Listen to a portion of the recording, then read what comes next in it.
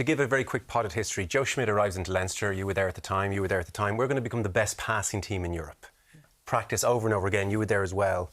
And those passes go into the right part of the body, the right time, the right pace, and that buys everyone time. That speeds up everything. That makes Ireland what they can be under Farrell. Now, I'm not saying it's Jack Nienaber's fault. I can't stress that enough. But it is notable that the last 2-3 years, there's been a change in emphasis in Leinster.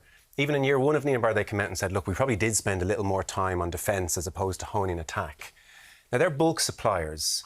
It's hard not to feel, and again, Nienaber's prerogative, Leinster's prerogative, but it's hard not to feel a sloppiness that Schmidt would never have allowed has just been allowed to fester when it comes to the basics that are essential for a team of Ireland's size. I think it's a very fair point, and it's maybe a unforeseen consequence for Nienaber when he did that, because the fundamentals of primary skill sets in somewhere like South Africa, where everybody grows up with a ball in their hand from that side and never stop passing the ball, they don't have to work as hard, or it's a reinforcement of a skill set that is ingrained with them.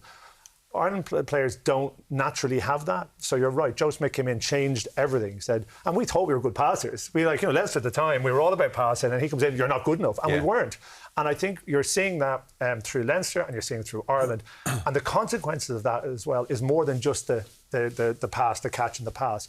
If you look at the alignment of all the Ireland players there, one of the big issues were Ireland weren't going to the right man or putting them through the hole. It was everybody's too flat. And that's because they're nervous on the pass and they're nervous of their pace. And that's where the difference between the French side, I think, and the Ireland side is, where they're so comfortable with their pace, they're so fast, they're electric. At this level, even Ireland's fastest players don't look like the athletes that France have. And I think to take that on another level, and a guy we've not mentioned, Stuart Lancaster. So Joe came in and he made us a really good passing team. Stuart came in and ensured that our forwards now were able to ball play just as good as the backs. Right. And that's why we got to see the Leinster and Ireland shape, where multiple options at the line at any given time. Ireland are reliant on the provincial coaches and players doing their basic ball skills all the way throughout the year. So when they come into camp, their catch passes at a certain level. They have the sharpness. And it's almost too late for international coaches then at that stage. So it needs to happen in the provincial day-to-day. But I do think that Leinster in particular, their attack and handling have regressed since Stuart Lancaster has left.